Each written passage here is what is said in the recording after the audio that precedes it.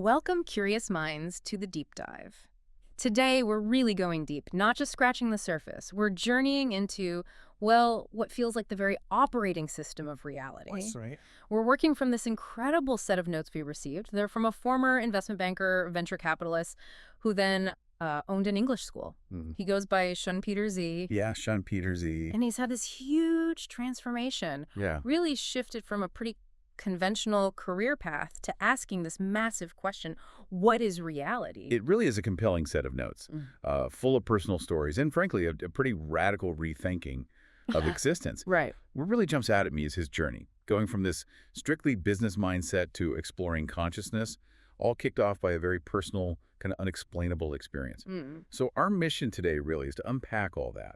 His experiences, his understanding what he calls the zero-point field, or ZPF, as he puts it sometimes. ZPF. And seeing it as the actual OS, the operating system for reality. You'll hear how science, spirituality, personal experience, they all kind of weave together in unexpected ways. Might shift your own perspective a bit. That's a great way to frame it, because Shunpeter Z talks about this one moment, right? A total 180 in how he saw the world. Yeah. And it wasn't like he was looking for, he wasn't reading stacks of spiritual books or anything. Something just changed him internally. Exactly. So tell us what actually triggered that. For someone with that background, M&A, venture capital, running a school since 2006, I mean, that sounds very grounded in the, tangible world. It started with what he calls a strange injury. And what's wild is it wasn't from physical friction, nothing external like that. Okay. But a physical wound appeared.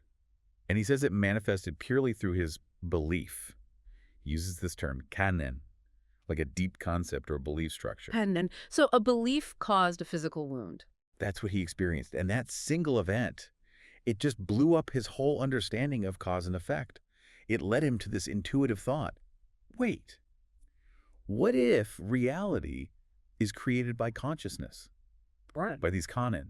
Wow. Like his internal state was directly shaping his external physical reality. Okay, that's where it gets really fascinating, because after that, he started experiencing other things, right? Like time ceasing to exist. Exactly. And other events that seemed to, well, bend the rules. Yeah. Break physical laws. And he's clear these weren't just feelings. No, he stresses they were like verifiable shifts in how reality appeared to him, undeniable, which, makes you ask, what happens when your deepest assumptions about reality get directly contradicted like that? Yeah. By something you absolutely know happened. Right. And that's when he connects these experiences to something maybe more familiar to listeners. The Mandela effect. Ah, okay, yeah, the Mandela effect, where lots of people remember things differently than how they supposedly are now, like geography on maps or even internal organs being in different places. Right. And most people just say, oh, faulty memory. Easy explanation. I dismiss it. But Shunpeter Z argues for something way more radical. He says he felt reality itself changing around him, not just his memory of it. It felt external, verifiable. Okay, that's a huge claim. So reality itself was morphing? That's his assertion. And he started to piece this together through dialogues with Z. Now, Z isn't someone else. Right, you mentioned Z. It's described as a higher sort of observational layer of his own consciousness. Okay, an inner dialogue. Exactly. Right. And through this, he got this idea, this mechanism. What we think of as fixed reality isn't fixed at all. It's constantly being re-rendered, right, like a screen refreshing. Re-rendered. Yeah, and the zero-point field, the ZPF, that's the informational field behind the re-rendering. The source code, maybe. Wow. So it suggests our reality is way more fluid, more responsive to this underlying information field than we think, constantly updating. Okay, so if ZPF is behind this re-rendering, what is it, according to Shunpeter Z? Because he looked into spiritual stuff, quantum theory, ancient wisdom, right? But felt something was missing. He did. He searched externally first. But ultimately, he says the real answers didn't come from outside knowledge. They came from that inner dialogue with Z and what he calls these information downloads. So it was an inward journey. Completely. And what's really key here is his definition of ZPF.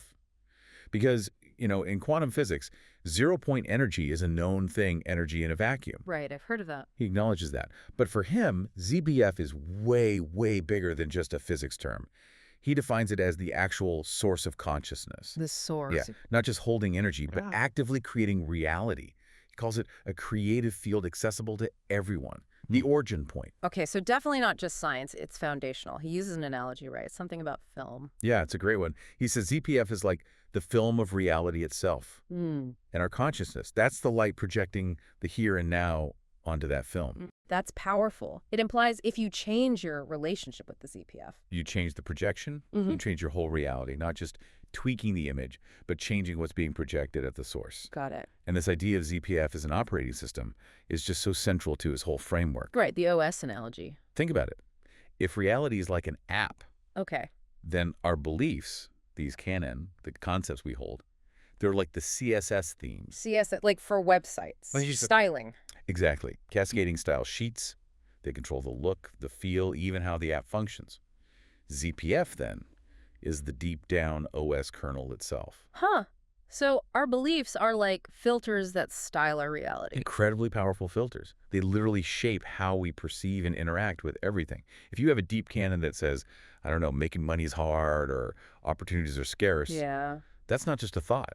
It's a filter that makes you actually perceive fewer chances or see obstacles as bigger than they are, even if abundance is right there. It actually changes what you see. Yes.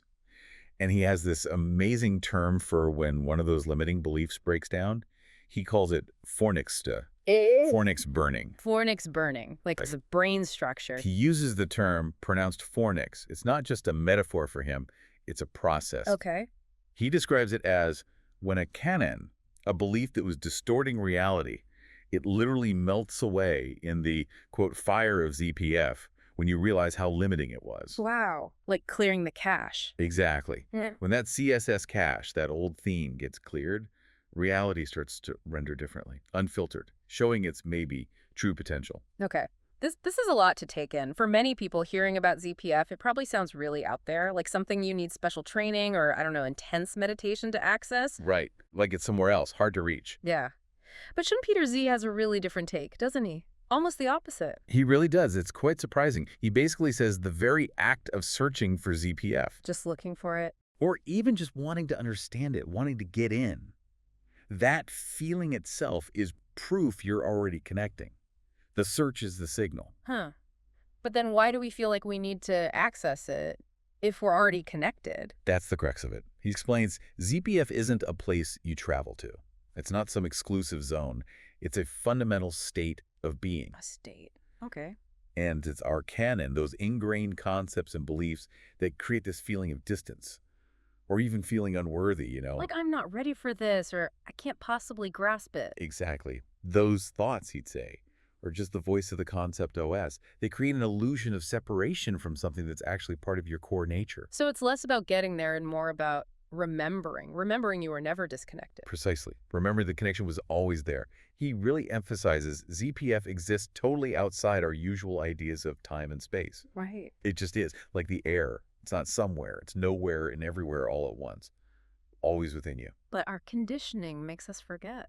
Our canon, yeah. They obscure it. So he argues accessing ZPF isn't about achieving some new, difficult thing. It's about noticing. Noticing the moments you're already in sync with it. And these aren't always big, mystical flashes. No. What kind of moments? Simple stuff. Everyday feelings.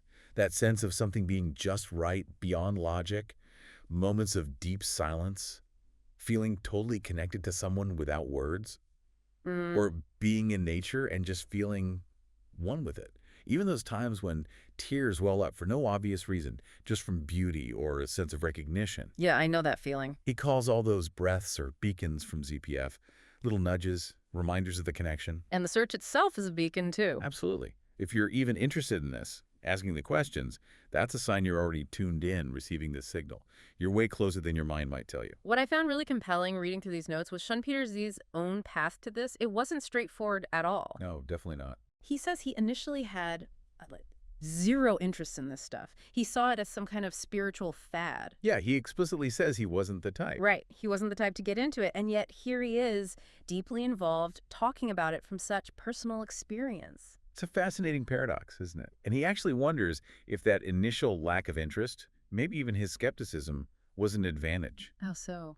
Well, without all the mental baggage, the filters of meaning, or specific expectations that often come with actively seeking something spiritual or philosophical, He might have just connected with ZPF on a purely vibrational level first, without his mind getting in the way, trying to define it or categorize it. So he felt it before he could name it. Kind of. Yeah. He only put the label ZPF on it much later, realizing he'd actually been resonating with this underlying field for a long time, maybe even his whole life, without knowing what it was. And he talks about his childhood, right? Which contrasts with the whole rational banker image. Oh, absolutely. He shares that even though he presented as very science-minded, very logical for years, his childhood was apparently full of these, well, strange experiences, things he couldn't explain. Like what? He mentions time stopping, feeling like he was floating sometimes, seeing geometric patterns overlaying reality, even seeing, get this, mysterious 2D black and white foreigners in his living room. Whoa! Okay, Yeah. that's definitely strange. Right. And he just didn't have the words or concepts back then to make sense of it.